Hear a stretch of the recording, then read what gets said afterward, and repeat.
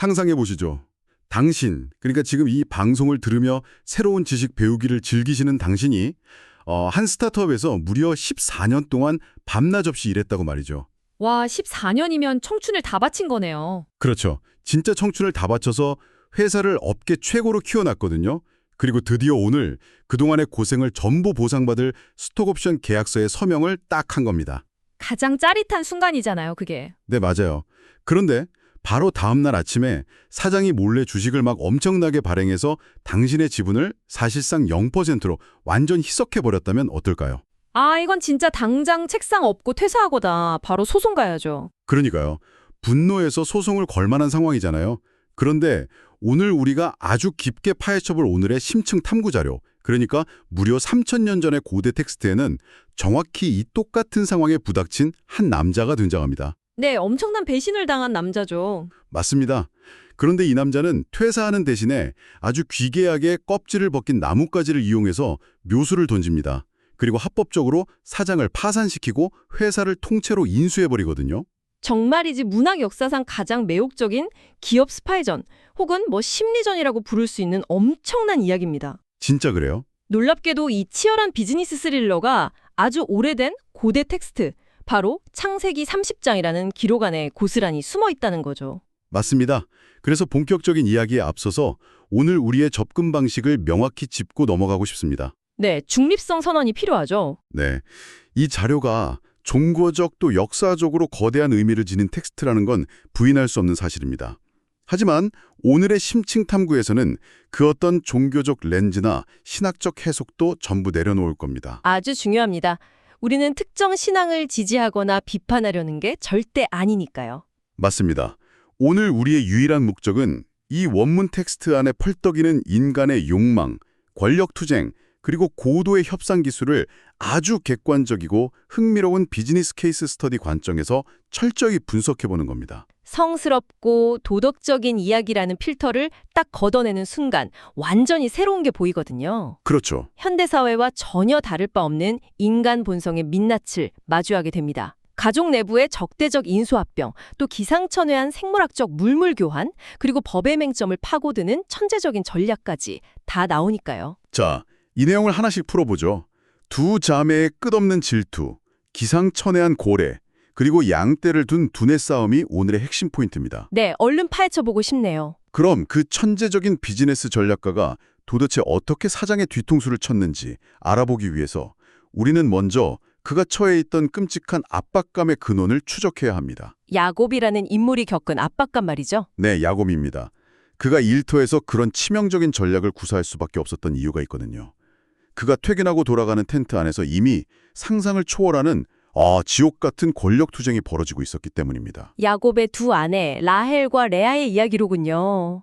참 이 둘은 친자매지간이기도 하잖아요. 네, 맞아요.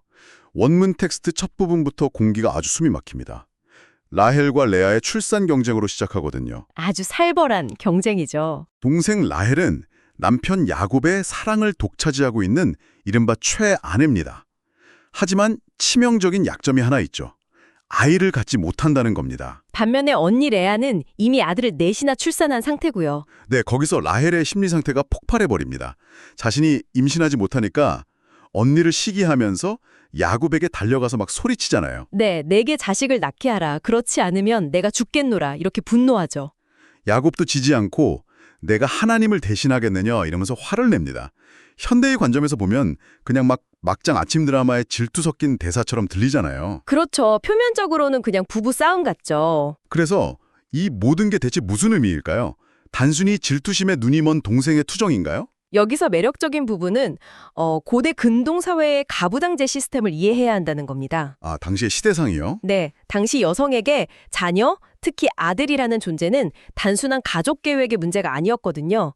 그것은 가문 내에서의 권력이자 노후를 보장하는 경제적 안전망이었습니다. 아, 경제적 안전망. 네, 심지어 자신이 속한 부족 내에서 쫓겨나지 않고 살아남기 위한 유일한 생존 자본이었죠. 생존 자본이요? 그러니까 진짜 목숨이 걸린 문제였네요. 맞습니다. 라헬이 아무리 남편의 사랑을 독차지하고 있다고 해도 그건 언제 변할지 모르는 아주 불안정한 지위거든요. 반면 언니 레아는 이미 아들 넷을 낳았으니까 부족사회에서 강력한 정치적 파벌을 형성한 셈이네요. 정확합니다. 비즈니스로 비유하자면 라헬은 사장의 총애를 받는 임원이지만 지분이 없는 거고 언니 레아는 이미 이사회에서 의결권 과반수를 확보한 대주주인 거죠. 와, 확 와닿네요. 라헬 입장에서는 가문이라는 기업에서 자기가 완전히 축출될 수 있다는 극도의 공포를 느꼈겠어요. 그래서 라헬은 이사회의 지분을 확보하기 위해서 아주 극단적인 전략을 씁니다. 바로 자신의 여종인 빌하를 남편 야굽에게 주어서 대리모 역할을 하게 만든 거죠. 여종 비라가 단과 납달리를 낳자 라헬이 내가 언니와 경쟁하여 이겼다. 이렇게 당당하게 선언하잖아요. 네, 그리고 이에 질세라 언니 레아도 반격합니다. 자기 출산이 멈추니까 여종 실바를 야곱에게 주어서 갓과 아셀을 낳게 하죠. 이거 진짜 점수를 매기는 기괴한 스포츠 경기나 체스 게임 같지 않나요? 여종들이 단순한 장기말처럼 소모되는 이 혼란스러운 가족 역학이 참 충격적입니다. 맞아요. 이 가정에는 이미 낭만적인 사랑 같은 건 없습니다. 철저하게 계산된 생물학적 대리전, 권력 투쟁만 남은 거죠. 네, 정말 치열합니다. 그런데 여기서부터 정말 흥미로워지는데요. 생물학적 대리전이 이제는 다산을 돕는다고 믿어지는 식물, 즉 합한체를 둔 직접적인 거래로 발전하잖아요. 네, 그 유명한 합한체 사건이죠. 레아의 첫째 아들 루우벤이 들에서 합한체를 구해옵니다. 이걸 보고 라헬이 당장 자기한테 넘기라고 요구하죠. 합한체는 고대인들이 임신을 돕는 마법의 최음제라고 믿었던 식물이거든요. 뿌리가 사람 하반신 모양을 닮아서 그런 미신이 생겼죠. 라헬 입장에서는 기적의 신학으로 보였겠네요. 그런데 레아가 순순히 주지 않잖아요. 내가 내 남편을 빼앗고 내 아들의 합한체도 빼앗으려 하느냐, 이렇게 맞섭니다. 레아의 분노가 극에 달한 순간이죠. 그런데 결국 이 두 사람이 합의를 봅니다. 라헬이 합한체를 가져가는 대신에 그날 밤 야곱이 레아와 동침하는 조건으로 거래가 성사된 거예요. 식물과 남편의 하룻밤을 교환한 셈이죠. 저는 이 장면이 정말 유머러스하면서도 기가 막혔습니다. 들에서 땀 흘리고 돌아온 야곱을 레아가 딱 맞이하면서 내가 내 아들의 합한체로 당신을 샀노라 이렇게 통보하잖아요. 야곱은 족장인데도 그 순간 아무런 결정권이 없었죠. 제 말이요. 야곱을 무슨 렌탈 서비스나 오늘날 기기코노미처럼 하루 단위로 구매해서 쓰는 것 같아요. 맞아요. 남편의 권위가 완전히 바닥에 떨어진 우스꽝스러운 장면이죠. 하지만 이것을 더 큰 맥락과 연결해보면 이 텍스트의 숨은 의도가 아주 명확해집니다. 숨은 의도요? 어떤 맥락이죠? 바로 통제력의 환상입니다. 인간들은 합한체라는 마법의 식물에 의존해서 거래를 했잖아요. 라헬은 그 약물적 수단으로 생명을 통제할 수 있다고 믿은 거죠. 아, 그래서 남편과의 하룻밤이라는 실질적인 기회를 포기하고 식물에 베팅한 거군요. 네, 반면 레아는 식물을 양보하고 현실적인 접촉의 기회를 얻었고요. 결과가 어떻게 되었나요? 참 아이러니하게도 합한체를 양보한 레아가 임신을 해서 이사갈 스불론 딸 디나를 연달아 낳게 되죠. 그렇습니다. 마법의 식물을 얻은 라헬은 당장 임신하지 못했습니다. 합한체가 아무 효과가 없었네요. 네, 나중에 마침내 라헬이 요셉을 낳았을 때도 원문은 합한체 덕분이라고 쓰지 않거든요. 하나님이 그녀의 소원을 들으시고 태를 여셨다라고 기록합니다.